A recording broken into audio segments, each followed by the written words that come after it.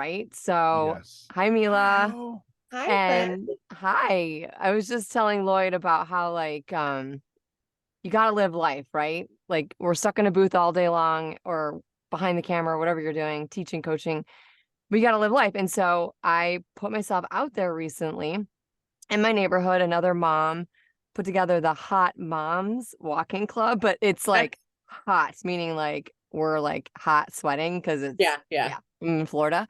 And it was hilarious. So I went, I had no idea what to expect, but it was really cool to just meet some other people and, well, moms and ladies. And we walked for a while, all different ages. And so it was like, okay, this is cool, you know?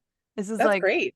anyways, because, you know, we always talk about having to like do life, like be in life, enjoy life, you know, and that kind of stuff. So, Yeah, definitely. Mila, I'm like Hey, I'm like super excited that you're here. I'm super excited to be here. Thank you guys for thinking of me. Yes, I was telling my husband, the man babe, that's what I call him. I was like, I'm kind of nervous. It's Mila, but then I'm like, it's Mila. I'm no better than anybody else. We are all on the same level, my friends. I know, but I mean, But you're also well, still pretty great. yeah, Well, exactly. thanks for See, saying that. I feel the exact same way about you guys. So oh, I'm Thank it's very you. fun. honored to be here. So thank Seen you. you in so Yeah, I long. Oh, know. where have you been, Lloyd? Oh God, man. Do you really want to I've know, been Mila? Really? Because we might be here for another hour or two. Like, you Well, I know, got the day there's off no today, thank goodness. I've been very busy. there's no Little, short answers from Lloyd. yeah. Fair, I fair. heart you. I Yeah. didn't get to tell you actually I booked an audiobook, so that was a thing. Yeah, Oh, that's amazing. Yeah, that is so much of my time went to that. yeah. Yeah, That that definitely takes a lot of time. Yeah. it's a whole conversation, definitely. Mila, I was so excited that you accepted because it's funny because we have mutual friends in common that we didn't even realize like before we met at TVAS and it was interesting that like how the universe brings people together. You know what I'm saying? And he's our mutual friend Ian, who's been on the podcast before. He was like, "You gotta bring Mila on. She'd be a great guest because you guys met in improv, which is also what Lloyd is all about right Right. now."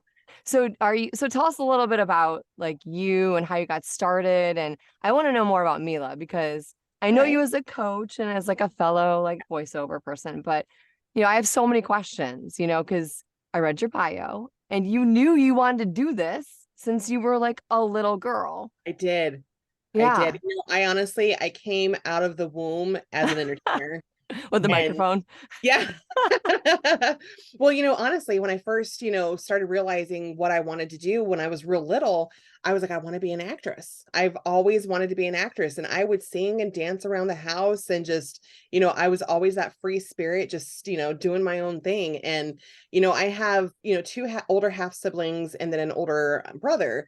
And so between the four of us, of course, all of our different personalities, my brother, my full blood brother, he was something else. But he never wanted to be into acting, but that kid was always standing in front of the mirror, making faces and just like being a weirdo. And I was like, well, I'm going to go do my own weird thing over here. But one of my favorite movies that I recall when I was about 4 or 5 years old that I loved was Nightmare on Elm Street. Oh.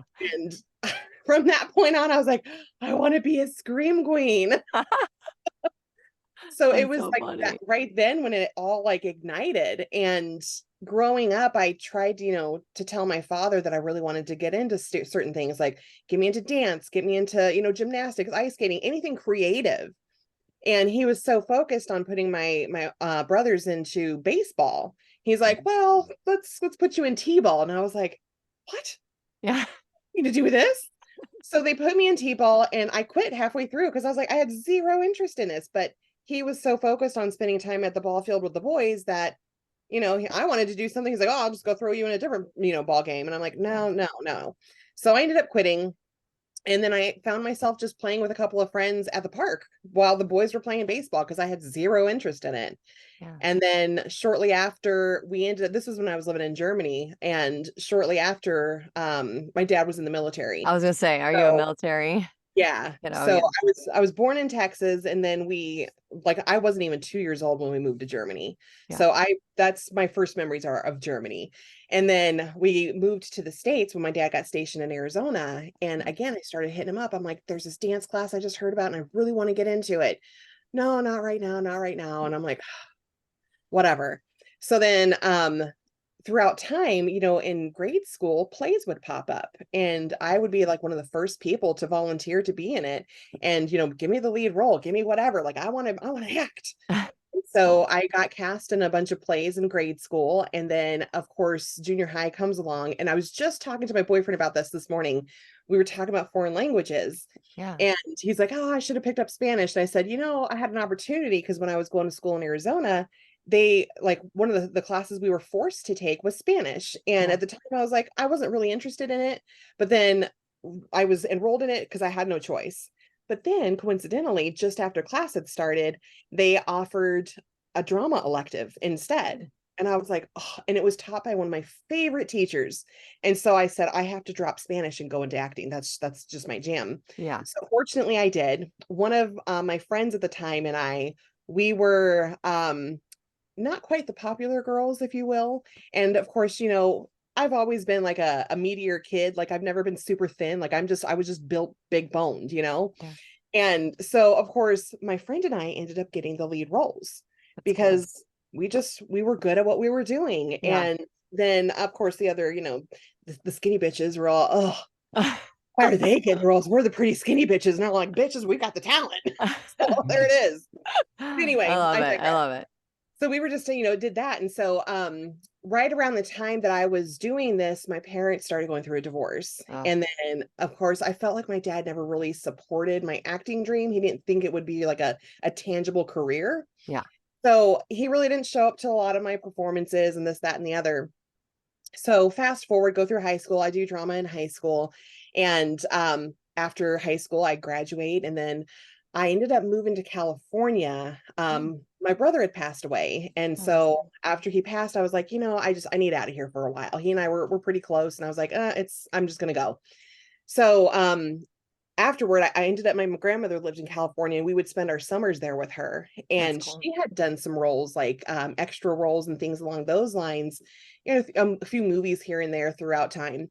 And so every time I'd go there to visit her, she would try to help me get into acting and nothing came of it. So finally, when I moved to California, I didn't pursue it as much as I wanted to because I didn't really know where to start or what to do. Yeah. And then it wasn't until my grandma enrolled myself and I, or her and I, into an acting class right before I moved back to Arizona. Oh. And the teacher loved me. She's like, oh, I think you can do great things, blah, blah, blah, blah, blah, whatever, whatever. And I was like, I can't live here anymore. I don't like it. Because I hated living in California. I hated it. Yeah. So you couldn't make friends. Everyone out there is trying to be an actor. So no Yeah. one's trying to be your friend. They're just like, it's all about me, me, me, me, me. And I was like, this is just not my jam. Yeah. Back to Arizona I go 10 years later, after I spend all this time working and moving in storage, not at all pursuing my dream. I was like, I'm tired of this. I don't want to work in moving in storage the rest of my life. Yeah. And I started going on auditions around Tucson and nothing. Huh. Then finally, I ended up coming to Vegas with a friend and she bought us tickets to Zumanity. And at this point, Cool. I had been with my ex for a while. I'd gained a bunch of weight and I was like, man, I just had like no self-esteem. And I was like, how am I ever going to get acting roles? Like, whatever. So we go to Zumanity and that was the holy grail. I was like, Really? there are actors that are in this show. They're plus size women and they're Yeah. going around entertaining. And I was like, they can do it. I can do it. Oh my Yeah. gosh. Yeah. So coincidentally, when we're at Zumanity, it was so great.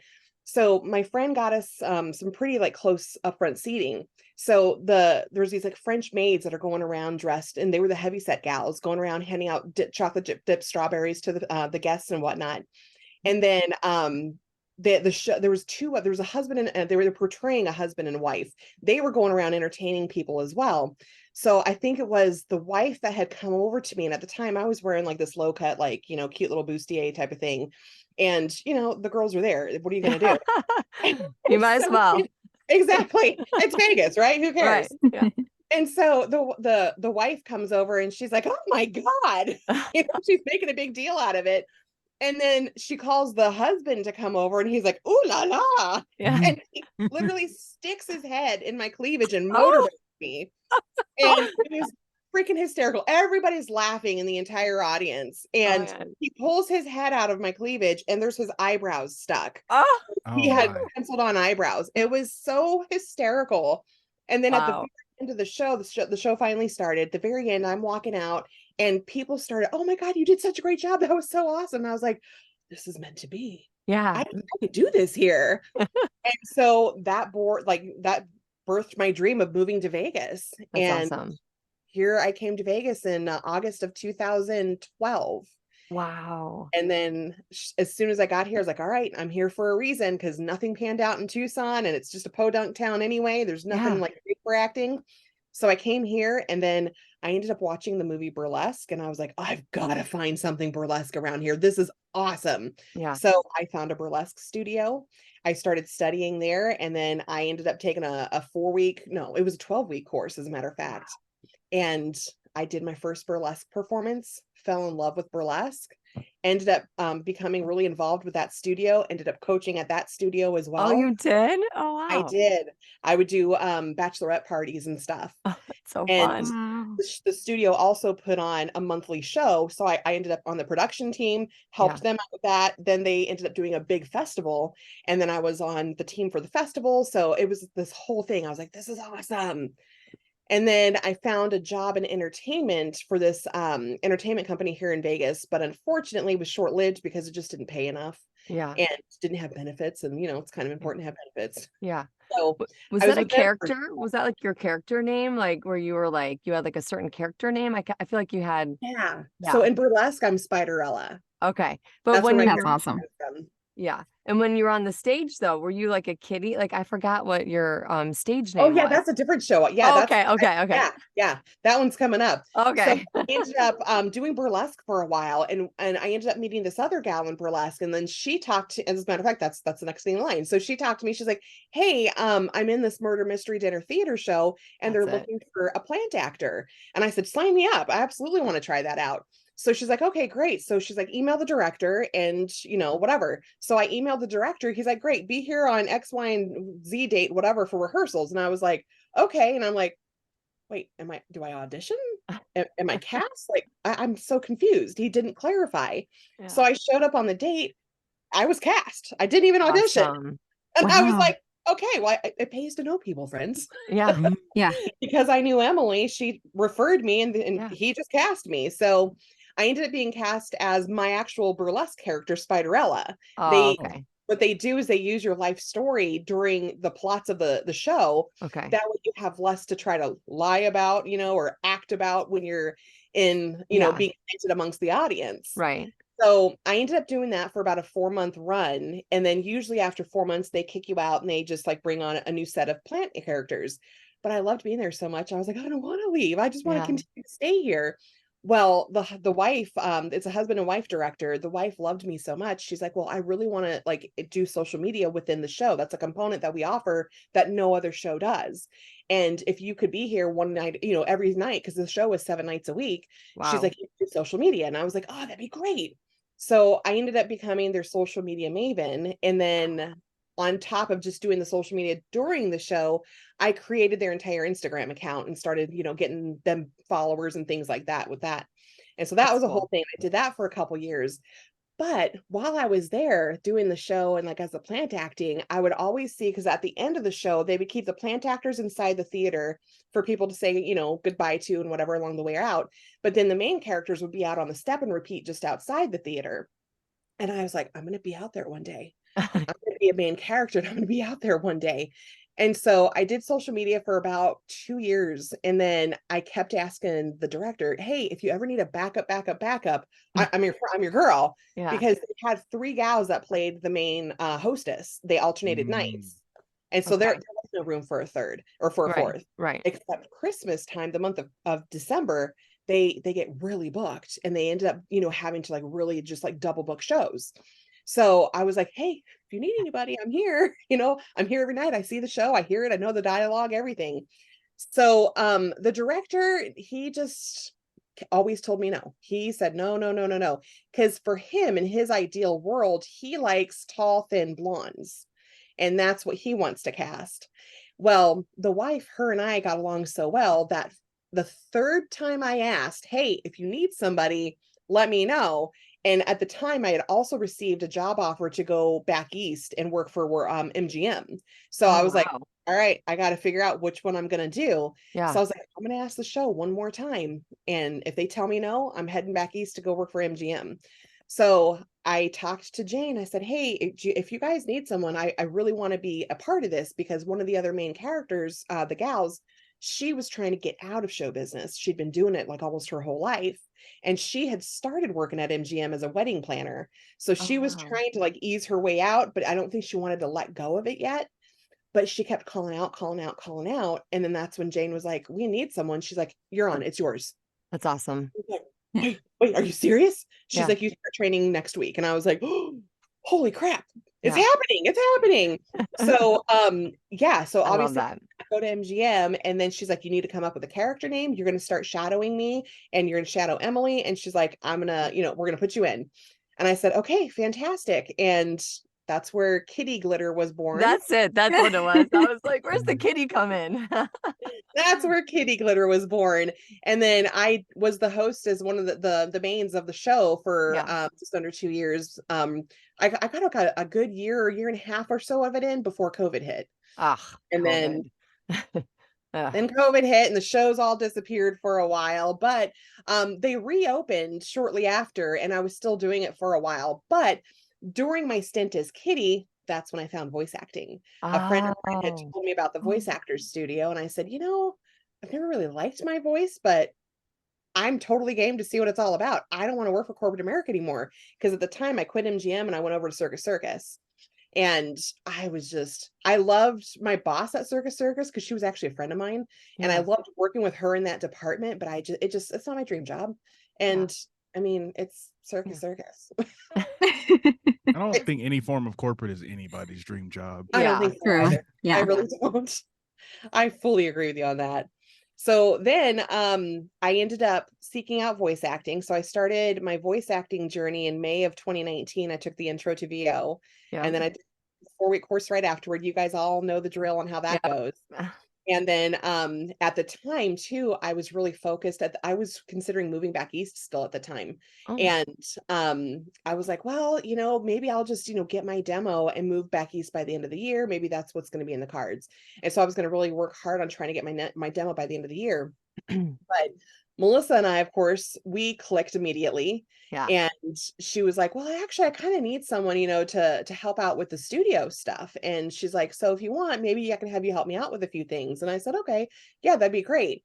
So we ended up obviously not moving at the end of that year. And so because my boyfriend, he's from Rhode Island, that's why I would be going back there. But anyhow, so after that, we ended up I started working for Melissa, doing a few things here and there for her. She was, as she calls it, she was courting me, make sure I was a good fit for the studio. That's cute. And I got on the engineering team, like Lloyd is on, did all that stuff. And then that's where my voice acting journey began. And Melissa slowly brought me on board to do all the things that I do. And here we are, like what was that, 2019? So 4 years later. Wow, that's a lot. That's so cool. That's crazy. I thought it had been longer for you. Yeah. It feels like it too. Yeah. Well, what's funny is anytime I've had like a corporate job, I've lasted my very first job. Oh dear God. I was a telephone surveyor. So I had to call people and do surveys. And it was like, it wasn't terrible, but it wasn't the most fun job, because of course we had quotas that we had to try to make every day of our shift. And it was fun. Like the people I worked with were fun. I have a lot of great memories of that. But I was there for 4 years. But after a year and 4 months, they promoted me to supervisor. And then from there started my management journey. So after that, then I became the admin of the whole place, and I started doing all the trainings. But I was there for 4 years. Wow. And then I noticed afterward, any other job I had, I couldn't last more than 2 years, because I got fed up with the politics. Yeah.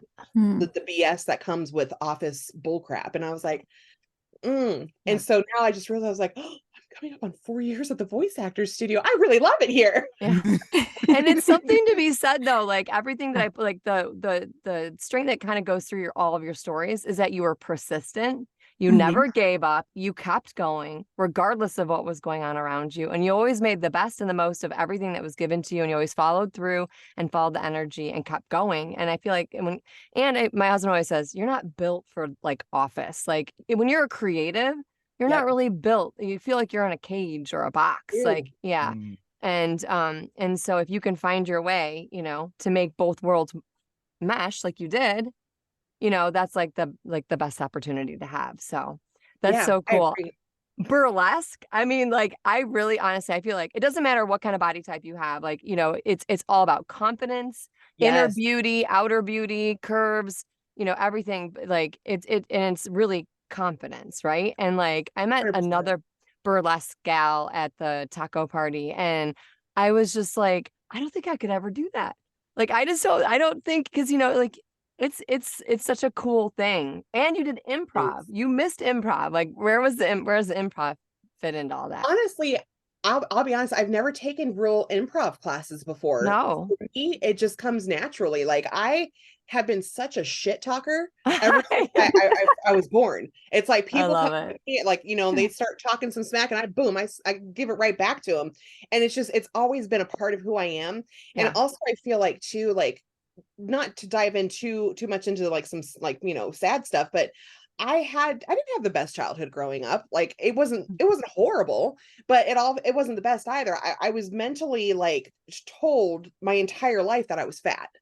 Yeah. And so like I was born at 10 pounds. Okay, well, I can't fucking help that. You know, Yeah. I didn't ask, hey, please let me be born at 10 pounds, you know? Right. So shortly after that, it was like my dad, I love my dad so much. I really, really do. But he's always had an issue with weight. Yeah. And my mother, she had two previous children, so my two half siblings. And then I think at the time she had gotten her body back. Then she had my brother. And after she had my brother, things kind of went south and she Yeah. gained some weight and whatever. Yeah. And then she had me, she kept the weight on. And then she went through like, you know, bouts of, you know, depression and things Yeah. like that. And she just really like suffered with a lot of like depression and just like physically with her weight and just whatever. But my dad always harped on her about the weight. And so Ugh. I remember growing up ever since I was a kid, him always telling me, "Oh, you're just pleasantly plump. You're not fat." And I was like, you know, how fucking rude. Yeah, that's so Yeah, rude. that is. I Honestly, yeah, go I ahead. look back on pictures and I'm like, I was never fat at all. But Yeah. it was drilled into my head that I was. Yeah. And so Mm. my entire life I believed that I was fat. Yeah. Well, I never had self-esteem. And then I ended up, when I moved to California, I'd gained some weight because my brother had died. Not that that's an excuse, but he had passed away and he passed away from cocaine. So don't do drugs. Um, Say no to drugs. Say no to drugs. He just was a very troubled soul and he was 21 when he passed. So it was very, very sad situation, Yeah, but, sorry. Yeah. thank you. I appreciate that. He's with me spiritually every day. So we're Yeah. good. He had his troubled past. I moved to California and then I ended up gaining about, I don't know, about 40 pounds or so. Yeah. And then right before I moved back to Tucson, I lost it. And then I kept it off for a while because when I got back to Tucson, I just turned 21. And Yeah. I'm like, yeah, it's time to go hit the clubs. It's time Yeah. to party and be that 21-year-old. And so me being the goth girl that I love to be, I would go to this gothic bar every weekend and I would dance my ass off. Like I would be on the floor for like at least a good 3 hours, 2 hours, and I would not stop. I would just dance, Wow. dance, and dance and dance. I just loved it so much. And we had such a great time. But then I met a guy who I ended up becoming engaged to, and we were together Oh, for about 6 years, but I gained 100 pounds while I was wow. with him. Wow. And he was pretty toxic and we had gone through a lot of he was very toxic. So it was just a very toxic relationship in time. He had kids and it was just and Oh. nothing. So yeah, so I became an instant stepmom and I was like 23, 24 years old. And Wow. Wow. year old over here calling me mom. And then his 16-year-old, he was a fucking hot mess. That Sorry. kid was Kids are always a hot mess Oh usually. my Yeah. God, it was. Well, the poor kids, their mom ended up, you know, having some drug issues, and that's what Mm. caused the split up, blah, blah, blah, whatever. So anyhow, I was with him for 6 years and I gained like 100 pounds.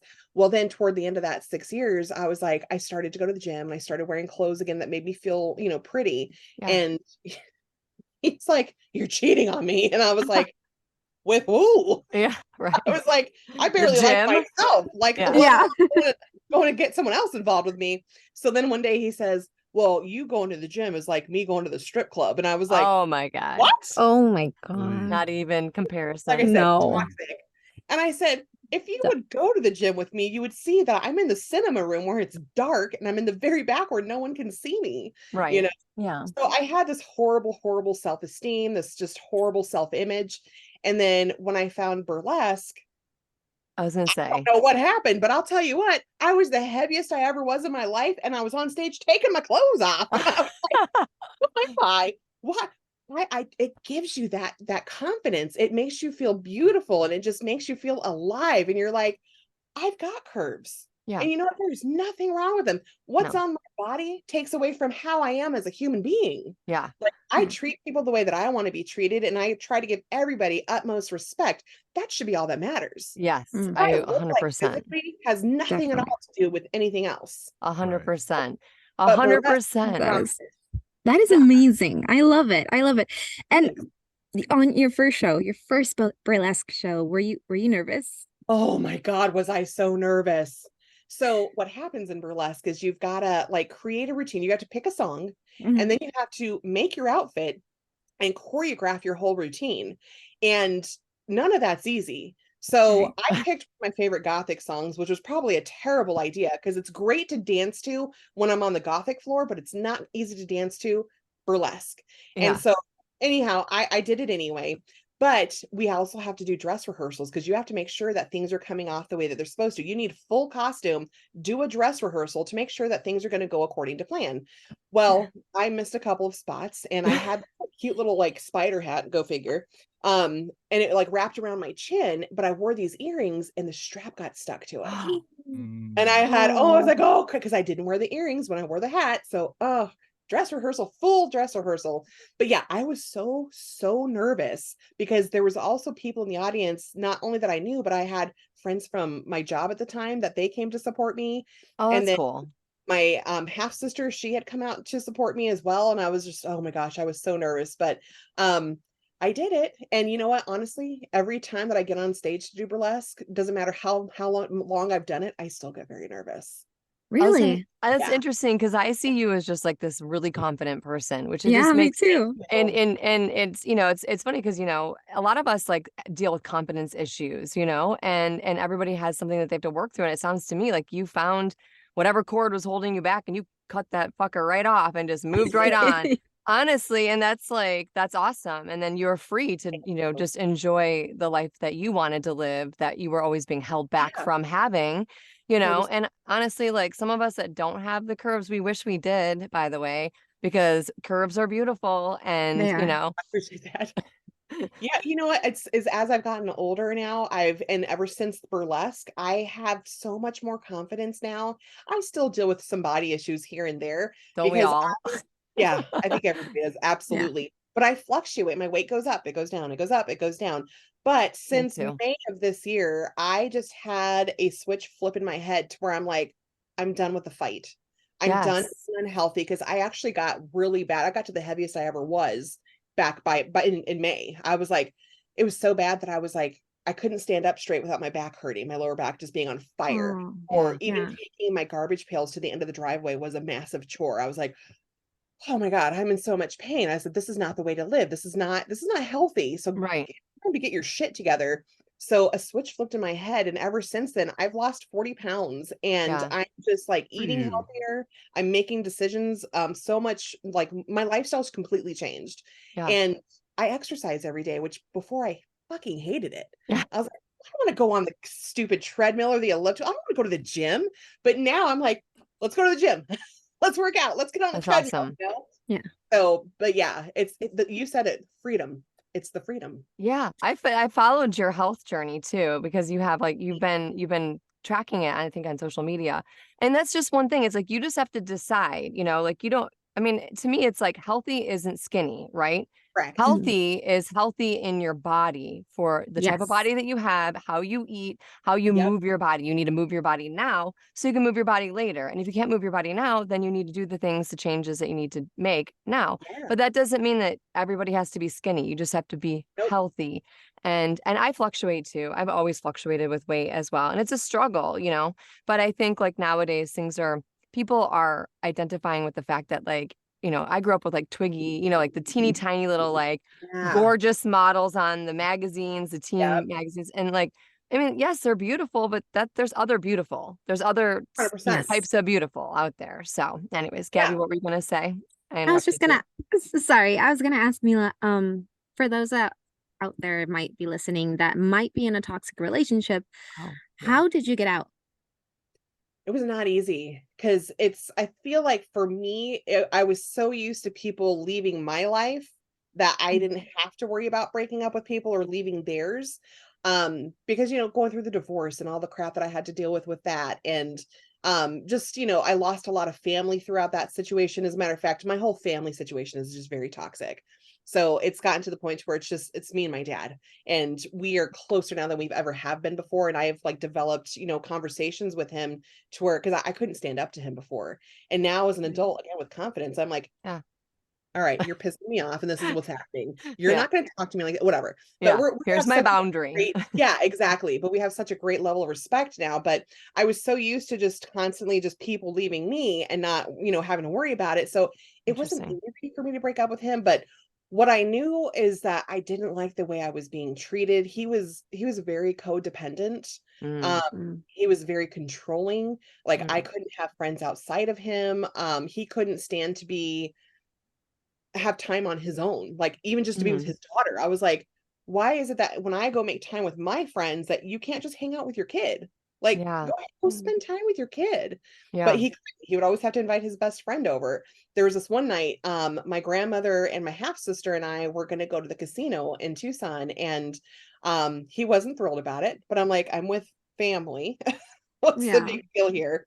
So we went out, and then around 10, he's like, what time are you going to be home? And I was like, I don't know, maybe around 10. Well, he stuck me to that. He's like, 10 o'clock. He's like, where are you at? Why aren't you Oh home? my God. So it was so toxic. And he would email me all day long, like throughout work times. If I didn't respond, he'd get like, freaked out. And I'm just like, you and I are both working right now. Like, you Yeah. need to calm down. So Yeah. coincidentally, I had a friend of mine who was going through a rough time, and she ended up going to prison for doing, she had 3 DUIs within 18 months. Oh, And yeah. in Arizona, they don't take DUIs lightly. Like you get one and they're throwing the book at you, they're booking it in prison. Like you're done. Like they do not take it lightly. But she also had some other things from her past sneak up and bite her in the ass. And so she was finishing up. I was the only person that was there for her throughout this whole situation, because when she got booked into prison, her dad died shortly after, and that was her number one supporter. Yeah. And so I was like, I'm going to step up and I'm going to be there for her and make sure that she knows that she's got someone who's in her corner. And so I would go visit her like once a month whenever I could. And then when she got out, I opened my home to her. I said, you can come here, because she had nowhere else to go. And that kind of helped trigger Chris and I's breakup, Yeah. because he and I weren't doing so well at the time. And I was like, well, Dana needs a place to stay. I'm going to bring her here. Yeah. And he wasn't thrilled with it. And I was like, she needs somewhere. I'm not going to let her go. I'm not going to let her down. And so at that time, we were kind of already on the outs because we were engaged, and I called the wedding off about 2 months before. And I was like, nope, can't do this. I can't, it just did not feel right to me. Yeah. And we stayed together for still like another 3 or 4 years after that. Oh, And wow. when wedding commercials came on the TV, I left the room. I was like, awkward. I'm just gonna leave right now. But yeah, it was interesting. It wasn't easy to break up with him, but I didn't have, because I'm always afraid of hurting his like people's feelings. So I Yeah. was like, I don't want to be like, all right, well, I'm done. This isn't working out. I kind of like put the ball in his court, and he helped move that along. Okay. So if I were to have any advice for someone, stand up for yourself. Yeah. Just be honest and be your true self. Had Yeah. I been my true self and spoken my truth, it would have ended a long time ago, and I would have saved a couple years of misery. You know, I find that like some of the things that we go through, it's not necessarily like it's not happening to you, it's happening for you, right? And if you hadn't gone through all of that, you wouldn't maybe necessarily be where you're at today, because you needed to learn and move through those difficult times, to get to where you are today, and sometimes it's not even necessarily about you, it's actually for the other person. You know what I'm saying? Like, I don't know if you flip things around. So yeah, that's tough. Right. Go ahead. Go ahead. No, I was just gonna say, I was gonna switch subjects, but what were we gonna say? I was gonna say, coincidentally, when I got here to Vegas, I dated another guy with similar characteristics. And Oh, he wasn't Mila, yeah, what are we doing here? We are unpacking there was a pattern. there's a So pattern. Yeah. he wasn't as bad as the other one, but he was very jealous, again, of like, me having other friends. And Yeah. Controlling. very, I was in the burlesque world. And so if you're in the burlesque world, all of us girls, we touch each other's boobs. It's nothing. We're sisters. It's nothing sexual. Like I'm not interested in you. I have a boyfriend. I know you're married. Like it's nothing like that. We're like, hey girl, how you doing? Yeah. That's just how it is. That's what you do, right? I'm thinking Tuned in Tokyo. That's just what popped in my brain. I don't Yeah, know. exactly. Sorry. And so me being, well endowed in that area, that more than most of the gals, they would always come over and they would touch my boobs, and I'd be like, I don't care, right? Yeah. Well, he got real upset over it. He's like, Yeah, I'm you sure. like me touching your boobs? I was like, yeah, because you think that all I am is boobs. So Yeah. go fuck yourself. So, I love that. I love it but so much. Me It's so too. funny. but I since I went through that thing with the previous ex, I knew my boundaries, and I was like, Good. I'm recognizing some signs. Okay, we're gonna end this right now. And I broke up with him at that point. That's so Good. relatable. I think Good. we all can relate on that with like previous relationships. There's been plenty of Mhm. times where I'm like, okay, yeah, I'm going on married for 20 years, and I'm like, you know what? I'm happy that I found you, because if I had made any other previous decisions, like, but I think we can Yeah. all like say that we've been in that position. Yeah, Okay, so for I have to sure. make one little comment. You love Nightmare on Elm Street. You love all the scary horror, witchy, like fun stuff. And I know you go to Massachusetts to Salem all the time. So I have to tell you, I was the one at the sleepovers when they put on the scary movies. I was in the laundry room, sitting there in the corner with my ears plugged, like going, Mary had a little lamb. Like I won't sing for you because I'm terrible, but like and then I'd call like from the home phone that was on the wall, because I'm that old. There was no such thing as cell Yeah, phones. right. And I'd be like, come get me, because I just scary stuff. Lloyd knows this. I don't do scary, It's not but for everybody. I know. Yeah. So how did you get into like scary stuff? I know you said Nightmare on Elm Street was like, for me, Yeah, I was like, whew. I don't know what it was, but I just was really fascinated when I watched Nightmare on Elm Street, and I was like, oh my gosh, this is great, and there was just something about it. And coincidentally, so I don't remember if it was like part two or which part it was that I'd seen, but so we moved back to the States, and the radio station that I listened to at the time, Nightmare on Elm Street Part 5 had come out, and I was like, oh, yes, this is so exciting. I can't wait. Well, the radio was giving away tickets, and again, like you, there was no cell phones. So Yeah, I no. glued to the wall, the phone on the wall, and I'm dialing in, trying to win tickets. And I finally, they pick up like, you won. And I was like, oh my God, I'm so excited. Well, I was like 11 or 12 years old. They heard that in my voice. They hung Oh up on me. no. And I was like, No. what happened? They said I won. They didn't get my information. Well, my mother called the radio station and she told them what had happened. They're like, oh, well, we're so sorry. We'll give you tickets anyway. So I Oh ended up wow. getting tickets to go, and I was just so excited. But I don't know what really spurned my interest in it, but Yeah. I've been obsessed since. And as I got a little bit older, I fell in love with Michael Myers, and he is my absolute favorite, my dream guy, my husband. That's funny. He has been wearing masks and social distancing since 1978. Yeah. He was doing it before He's it was the OG. cool. He's the OG. Yeah. He's the goat. What is that? Yeah. Is that the like right terminology? I'm not even sure. He's the original. He is well, to me, he's the original. And I love him. So as a matter of fact, I have a life size of him in my living room right now. Yeah, he That's keeps hilarious. me every night. Him and Leatherface, those two, they're buddies out there in the living room right now.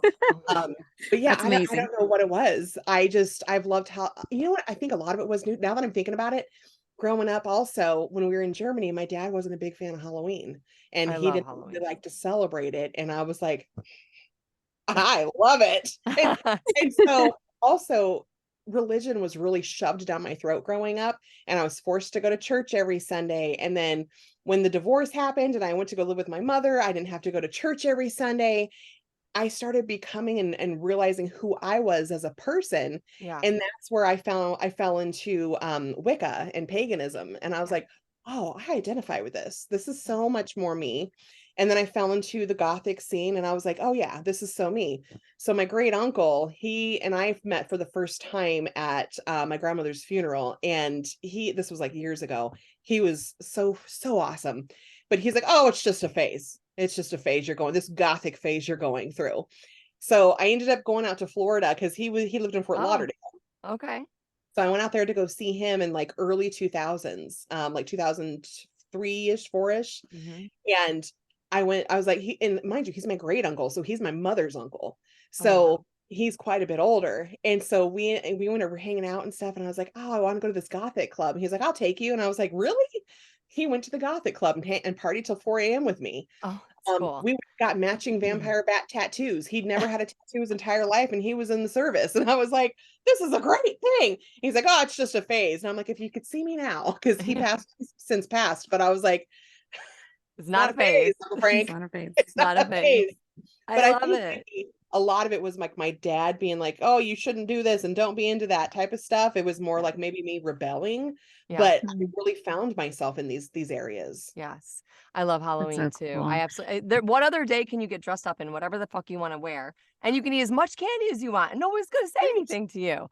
That's right. That's why I celebrate it every day. I know. And I have to tell you, living in Florida, it's so awesome. I thought I would be upset about being, going out and dressing up for trick-or-treating in Florida, but because it's like 85 degrees. Yeah, but it's amazing because in Michigan, you have to wear your coat over your stupid costume. Right. Yeah, it gets too cold. Yeah, it's always too cold. But anyways, I digress. That's funny. Massachusetts.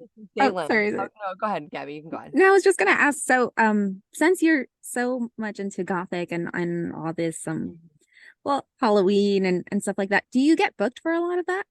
That's a good question. I don't, coincidentally, but also I don't really put myself out there for that. There are some things coming very soon that I'll be sharing with you momentarily, but I do have a plan to start getting booked for more of that. I think a lot of it's because I've just been focusing so much on managing the studio and doing my own voice acting, and I've just been busy with lifing. So people don't really know that they can book me for things like that. However, now that you said that, just reminded me, when I was in Tucson, I met this guy, and he had this I don't know what he called it. Ravenhurst is what the company was called. He did what he calls mornograms. So instead of sending a telegram, he would send a mornogram. So somebody could order up, and he would show up as a gravedigger. And he hired me to be a mourner. So I'd be dressed all in black, like kind of a Victorian style, if you're like that kind of that era. And so I'd be like, have a nice drape over my hat, and I just had like my kerchief, and just, I would show up. We would show up in a hearse, and he would write them a poem. He had a toe tag and a lily. And if it was somebody's birthday, we would show up. He wrote a customized poem for them. And instead of singing happy birthday like normal people do, we'd be like, happy birthday, happy birthday. Like, it was just very like, blah, Mournful, right? Yeah. Very much so. But I would show up and be like, oh my God. So good. It was just like that. It was so much fun. We had a blast doing that. So I'm thinking of reviving that. That would be cool. That would be really cool. Yeah. That would be so cool. So, coincidentally, sorry, real fast, I would say my dad shocked me when we were hanging out in Nashville back in July. There was a tour for like a hearse tour, like a haunted hearse tour. And I was like, oh, that's so cool. Well, he picked it up. He handed it to me. He's like, you'd probably like that. And I said, I would love that. He's like, yeah, I thought about getting you a hearse. And I was like, you've come around to my way? What? That's awesome. You're gonna buy me a hearse? By all means, please. That's so cool. Yeah, you did a lot of traveling this summer because you go to Massachusetts to Salem. So that eases right into the conversation. And then you were down in Texas. So were you checking out all the different haunted places? Like, I'm scared of things that are haunted, but there's a lot of places in Florida, by the way, especially in St. Augustine, like some major haunted places. So I know you do. That's so awesome. No, as a matter of fact, I went to Chicago and hung out there for a little while, and then came back to Vegas. And then I drove to Tucson, hung out with my dad and my stepmom for a couple days. Then my dad had a real estate conference in Nashville. And I was like, I've never been to Nashville. I want to go. Coincidentally, I just started watching the series Nashville from like 2015 or something, whenever it was.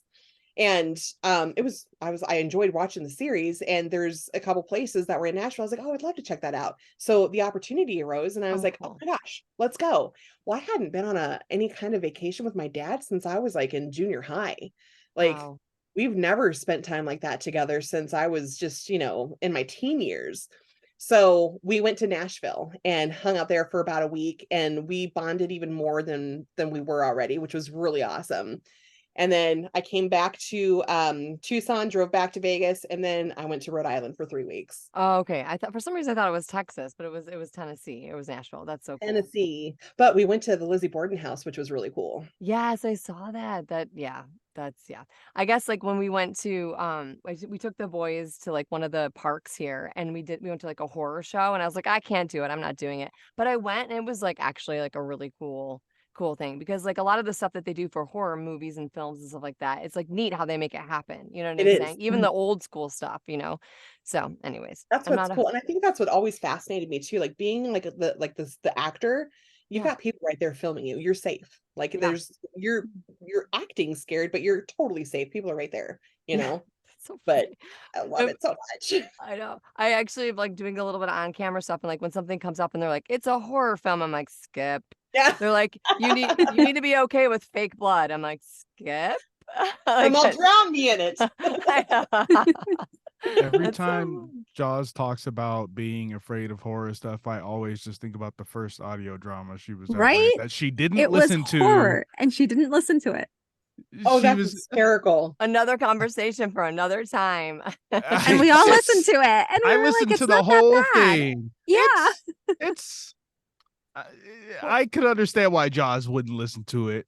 It's pretty graphic. But It is really horror graphic. is very popular. Horror is very popular. And I It love is. Halloween. I just don't like all the like gruesome parts of Halloween. I'm the fun Halloween, like Yeah. the pumpkins and Yeah. The pretty Halloween. the pretty The Halloween. cute Yes. cats. Yes, the cute cats. Which, Milla, you have like 5 cats or 4 cats, and you have a black cat, right? Two That's of them so are cool. black. Oh my gosh. I'm the Yeah. one that sees a black cat and I'm like, don't walk across my path. Oh my.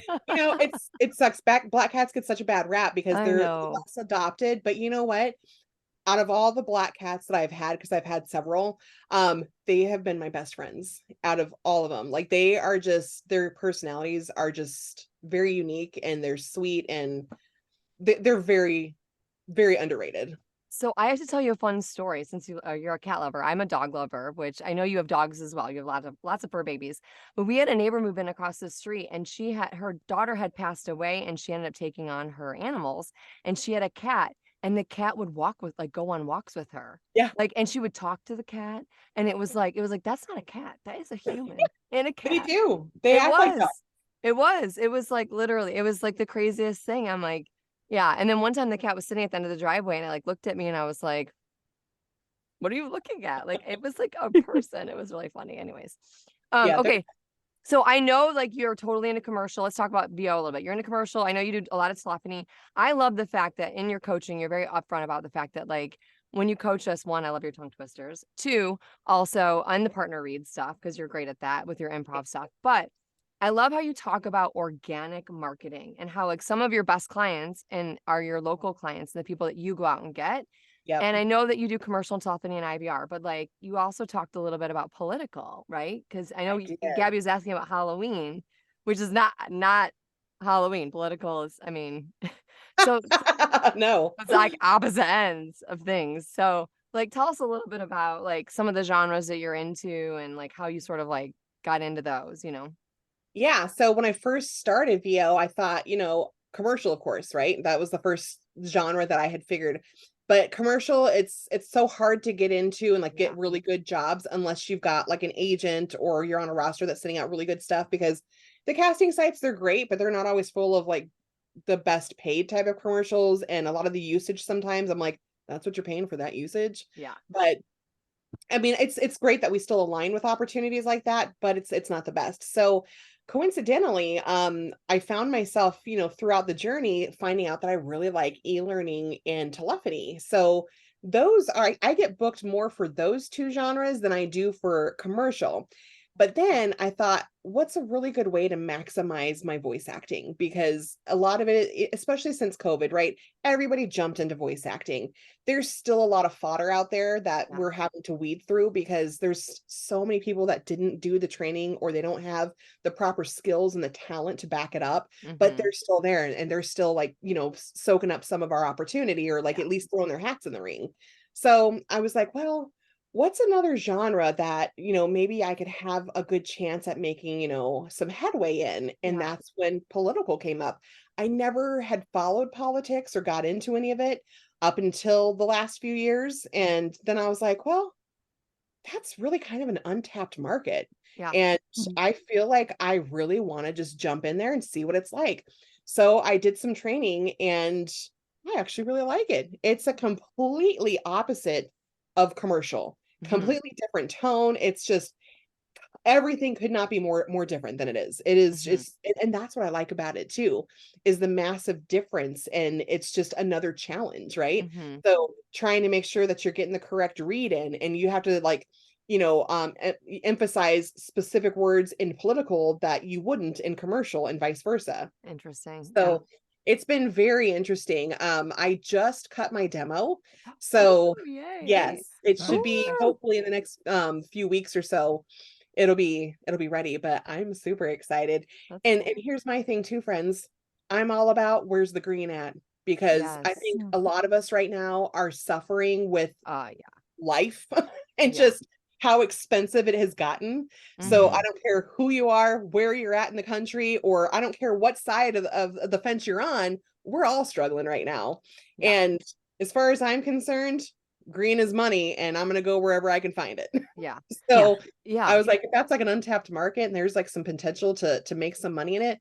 I had a friend share with me that she had made a pretty decent chunk, like just under, I think I want to say she said that she had made 15 or 20 grand in 2 months.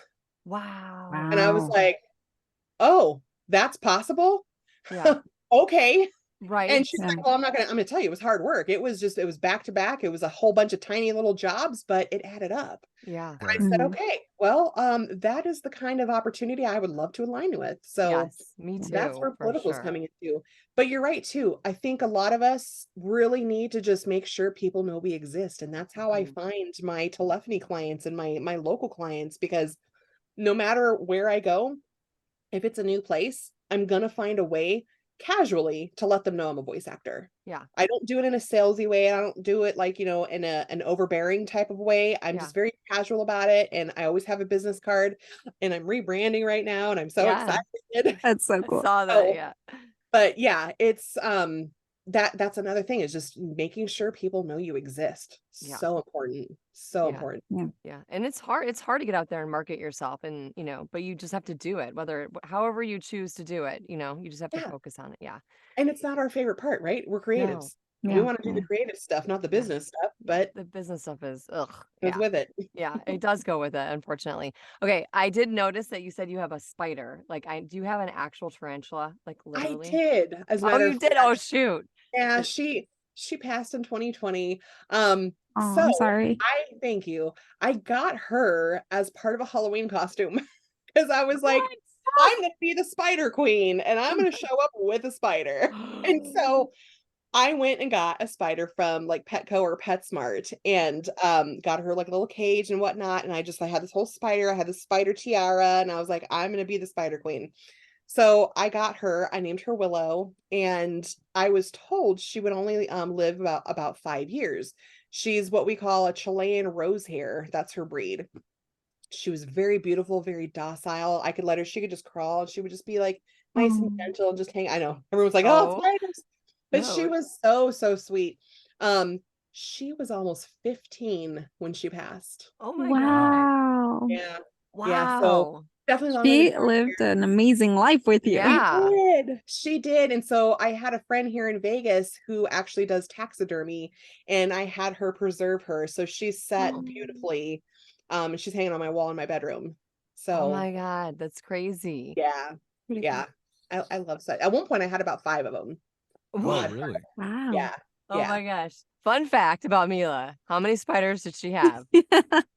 Were they And how- all tarantulas? They were all different breeds of tarantula. My friend, she had about 20, I think, at the time, because she loved them just as much as I did. So I loved all the different like breeds there because they're colorings and they're all like very specific with behavior and stuff.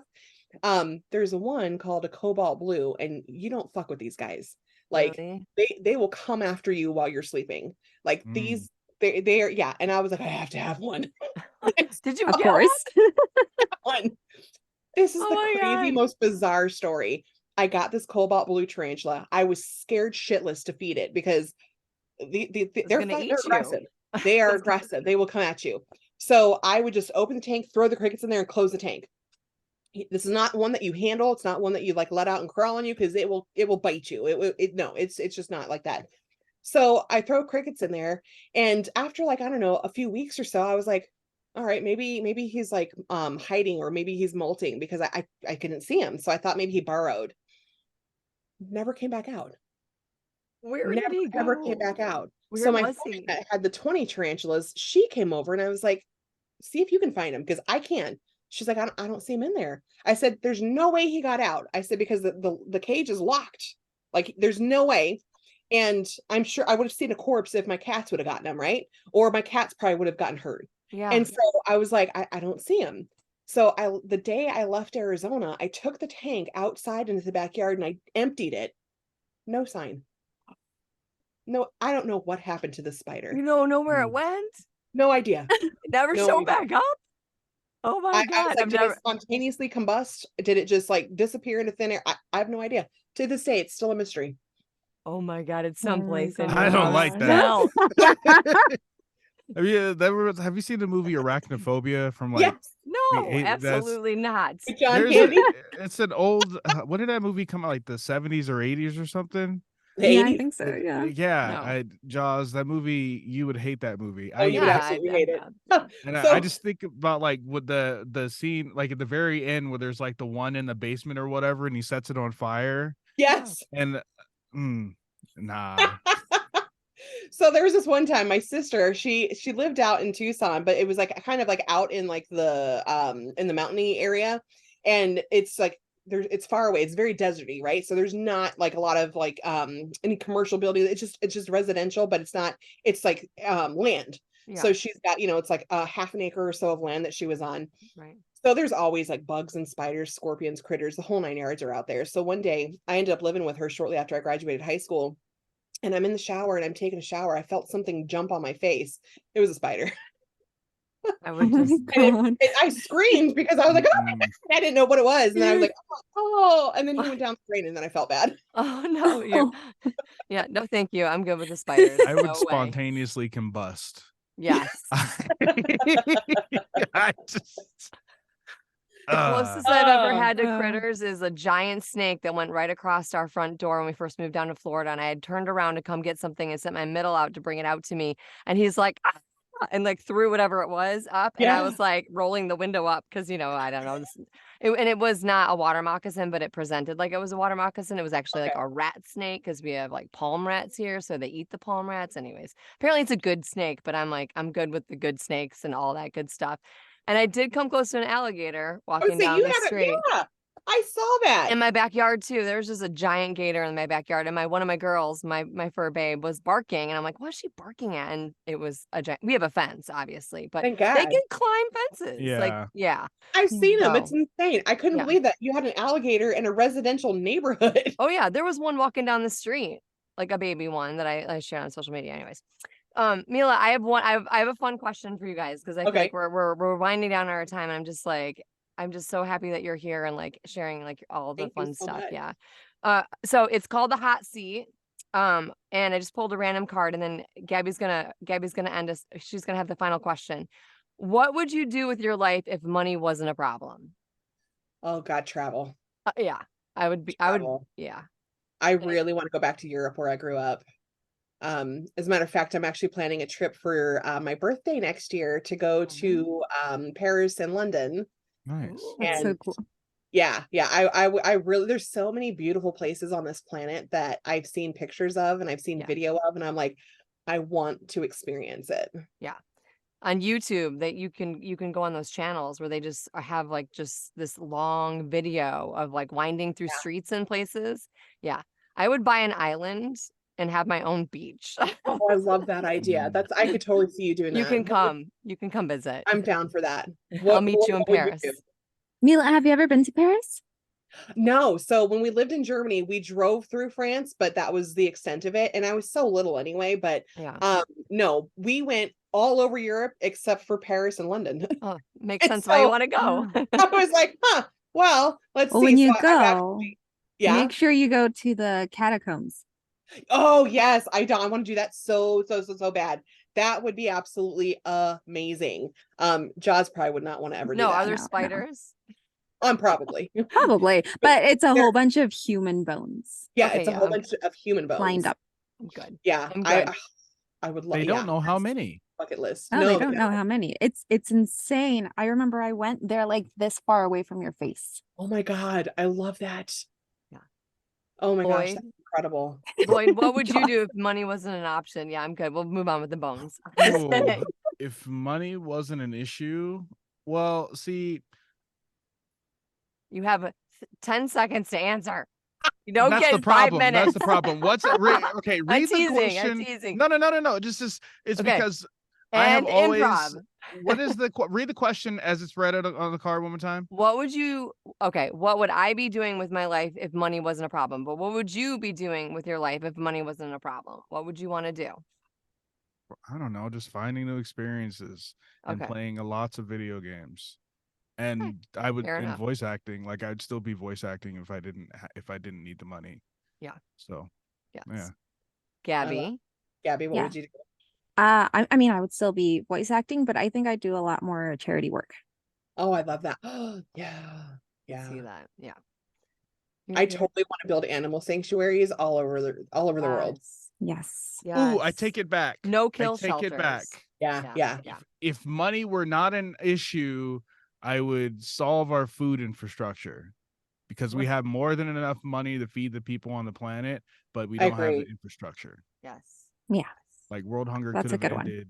Can we also make it to Decades where it's ago. like natural food, not with a whole bunch of Yes. additives and preservatives and bull crap? Yes. Yes. Like real food. Real whole food. Well, it depends. Oh, you just opened up a can of worms. No. It's just like because there are certain places where like, certain foods can't grow and people need to That's get those true. foods and they need the preservatives to get the foods to those places. Some foods are developed in certain way. Like We're supposed to it's be not eating. a catch-all. No, but we're supposed to be eating like what's in season as Yes.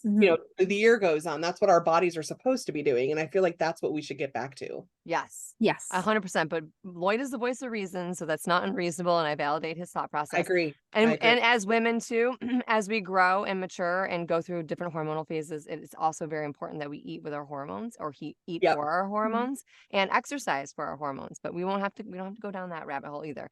Gabby has one final question for everybody, so we don't, we're winding down our hour. So Okay. one final question for Mila. Sorry, not for me or any of us. Yes, Mila. What advice would you do you wish you would have given yourself? Or what advice would you wish to share with us? Given yourself like years ago. To believe in yourself. I like To that. not believe what other people think about you or what they say about you. To just do you. Believe in you. Yeah. I think if I love that. believed in myself the most, then I would have avoided a lot of the heartache that I had gone through. But I think it's important that we all believe in who we are. 100%. That's awesome. Yeah. So if anybody wants to find you, how can they connect with you? You can do that. Yeah, you can find me on social media. I would say probably Instagram is the best at this point. I've got 2 Instagrams that I'm doing right now. I have 3, but I'm just like, Oh my gosh, 3. But because I did one for social media or for okay. voiceover, I've got my personal one that's Spiderella, and then I've got one that I'm doing for my health journey. Yep. But I'm focusing more on the health journey, and then I pop into Spiderella once in a while. Okay. I'm just terrible at posting. I post my like daily workouts and stuff, but I probably the best one would be Spiderella 13 on Instagram. Okay. Very cool. Very cool. That's most where my stuff is. But Yeah. real fast in some news, I'm actually moving back east the end of the year. Oh wow. Wow. Yeah. I'm super excited. I'm still going to be a studio manager here in Vegas, and I'm still going to be involved heavily at the studio. I'm going to be traveling back and forth, but I am moving and making a home in Rhode Island. Oh, And congratulations. thank you so much. And my boyfriend and I are going to be doing a ghost tour and a pirate tour Ooh. next summer. oh my So, gosh. Oh, wow. Oh my yeah, so gosh. That is so cool. yeah, we're That's so really excited. cool. You know, I've been wanting to take my boys. We try to travel and like go see some different parts of the United States and you know, try to pick different things. So maybe we'll put it on the list You to like should. Rhode come up Island's one of there. the most I've never beautiful states been. I've been to. It's gorgeous and I've it's never been. tiny, you know. It's called the Ocean State, so it's surrounded by oceans. It's Yeah. just absolutely beautiful, and it's an hour and a half away from Salem. So That's awesome. I hope you still coach because you're like one of my favorite I will. coaches. Yes. Yeah. Thank you. Yeah. Nothing's changing studio wise. Everything is Good. as is on that front. I'm actually going to be coming back to Vegas I'll be here for 2 months out of the year and then in between. That's awesome. So, Good. yeah. You'll be on my time. I will. Finally, I someone's on my time. I know I think about you guys all the time, especially when I'm out there. I'm like, man, we need more East Coast times. Yeah, you do. Yeah. Well, thank you so Good. much. I really appreciate it. Thank Go you ahead. Thank you, guys. Milla. Thank you. I Thank appreciate you you. taking the time out of your day to have me. So thanks so Yeah. much. It was so much fun hanging out with you. I want to get to know more about you guys. Yes. So Well, we need another to set day. up. Yeah, for sure. I'll have to come visit you in Rhode Island.